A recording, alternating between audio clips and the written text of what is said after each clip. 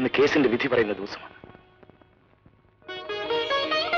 ഈശ്വര, ഞങ്ങൾക്ക് ഒരു ദോഷം വരുത്തരുതേ. അമ്മ എന്തിനാ ഭയപ്പെടുന്നത്? അച്ഛനെ തീർച്ചയായും വെറുതെ വിട്ടു. ധൈര്യമായിരിക്കും.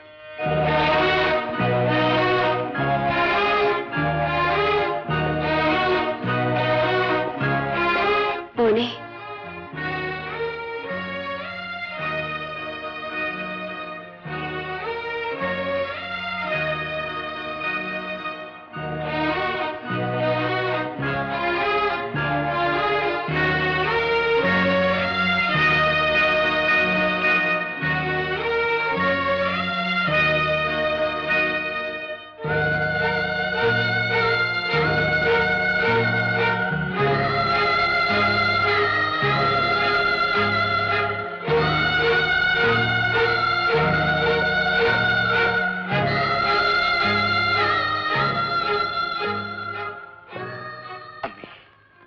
ഞാൻ പോയിട്ട് വരട്ടെ.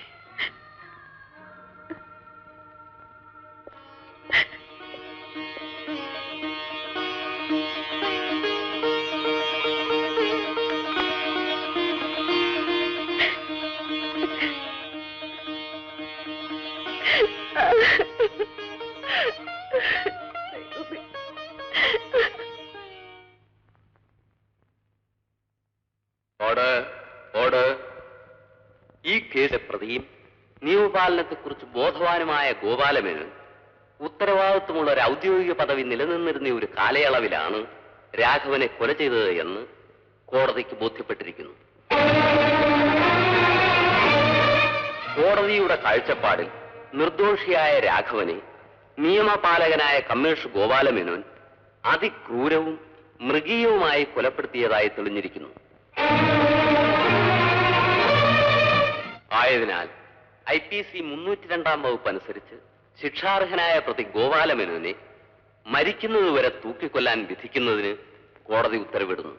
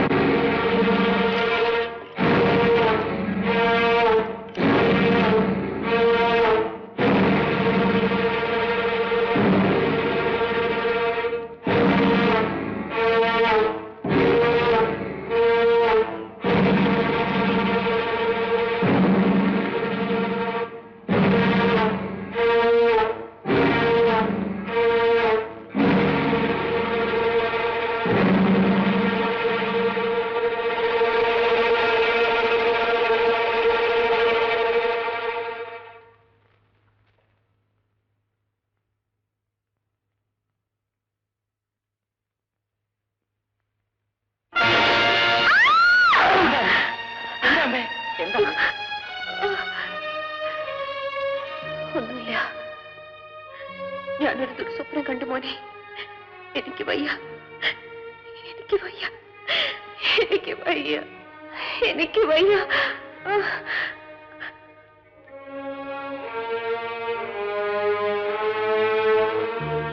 ആഗസ്റ്റ് 26 ഇനി എത്ര ദിവസമുണ്ട് മോനെ? അദ്ദേഹത്തെ രക്ഷിക്കാൻ ഇനി ഒരു വഴിയുമില്ലേ മക്കളെ?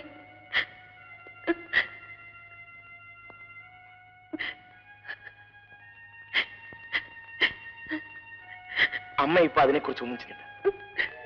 ശോഭേ, അമ്മയെ നോക്കിക്കോളൂ. ശരിയേട്ടാ.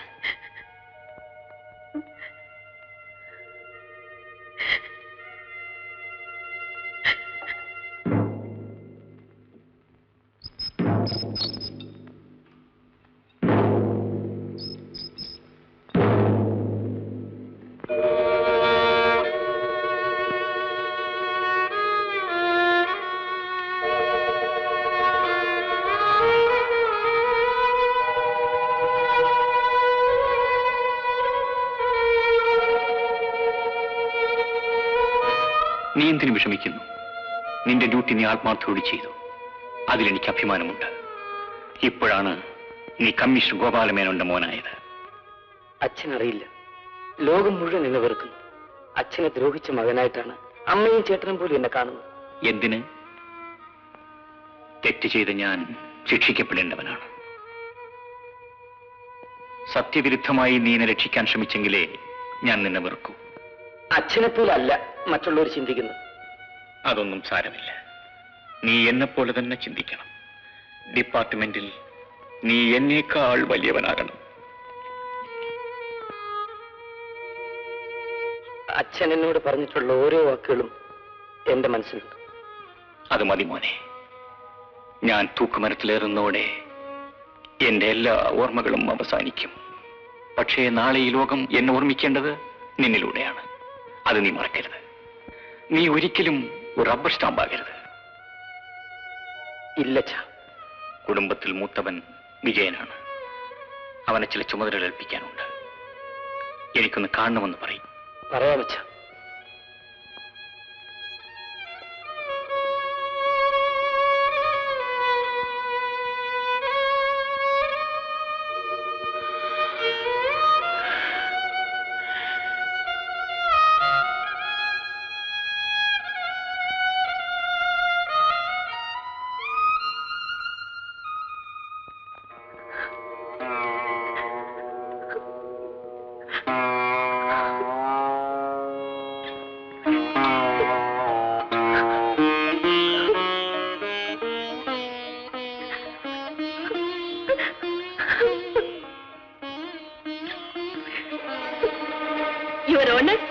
പ്രായപൂർത്തിയായിട്ടും വിവാഹത്തിന് സമ്മതിക്കാതെ ഒരു കാമുകിയുടെ പിന്നാലെ ചുറ്റിത്തിരിയുന്ന ഭയങ്കരനാണ് ഈ പ്രതി. രാവിലെ അവളുടെ കളി നിന്നോട് പറഞ്ഞാൽ മനസ്സിലായി.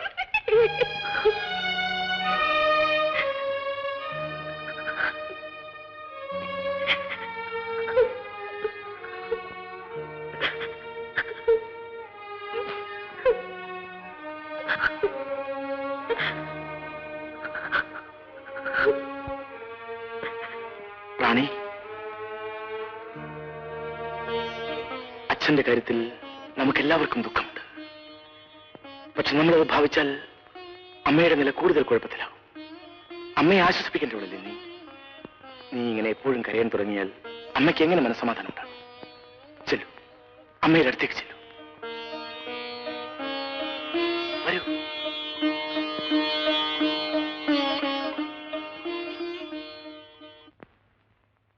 ഒരച്ഛനെ രക്ഷിക്കാൻ വേണ്ടി ലോകത്തൊരു മകനും നീ ചെയ്തതിനപ്പുറം ചെയ്യാനില്ല.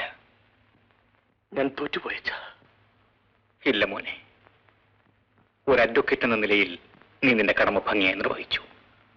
നീ ഒന്നോർമ്മിക്കണം, ബുദ്ധി കൊണ്ട് ചക്രവാളങ്ങളെ കീഴടക്കാൻ കഴിയും. പക്ഷേ സത്യം ആരുടെ പിടിയിൽ ഒതുങ്ങുന്നതല്ല. അച്ഛന് വേണ്ടി ഞാൻ സുപ്രീം കോടതി വരെ പോകും. ഞാനിപ്പോ നിന്നെ വിളിപ്പിച്ചത് അതിനു വേണ്ടിയല്ല. റാണിയുടെ വിവാഹ നിശ്ചയം വെച്ചിരുന്ന ദിവസമാണ് എന്റെ കയ്യിൽ വിലങ്ങ് വീണത്. എത്രയും വേഗം അവളുടെ വിവാഹം നടത്തണം. കുടുംബത്തിൽ ഇനി നീയാണ് എന്റെ സ്ഥാനത്ത്. എല്ലാം എനിക്ക് ഓർമ്മയുണ്ട് അച്ഛ. നിന്റെ അമ്മ ഒരു ചുമട് താങ്ങിയാണ്.